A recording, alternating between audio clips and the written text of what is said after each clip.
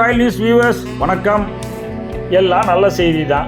தமிழ்நாட்டுக்கு புதுசாக ஒரு ட்ரெயின் அறிவிச்சிருக்காங்க. ரொம்ப சந்தோஷப்படாதீங்க, ஸ்பெஷல் ட்ரெயின் தான்.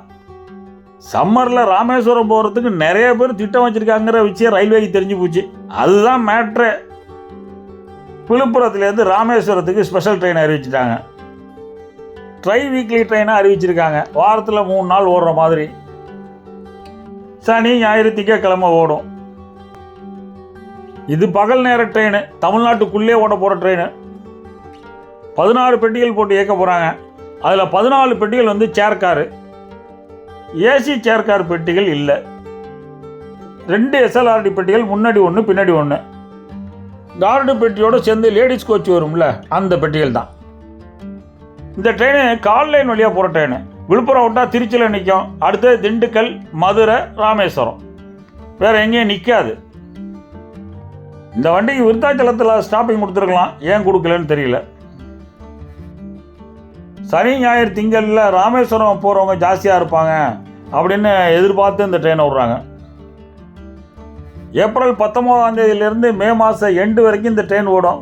அதுக்கு பிறகு ஜூன் மாதம் நிச்சயமாக ஒரு 15-20 தேதி வரைக்கும் எக்ஸ்டெண்ட் பண்ணுவாங்க. அது வழக்கமான எக்ஸ்டென்ஷனு. அதுக்கு பிறகு இந்த ட்ரெயினை எக்ஸ்டெண்ட் பண்ணுறதுக்கு வாய்ப்பு ரொம்ப ரொம்ப குறைவு. இந்த ட்ரெயினோட டைமிங்ஸ் ரொம்ப சொதப்பலாக இருக்குது. காலையில் 4:15க்கு விழுப்புரத்தில் புறப்படுது. ராமேஸ்வரத்துக்கு 11:40க்கு போகுது.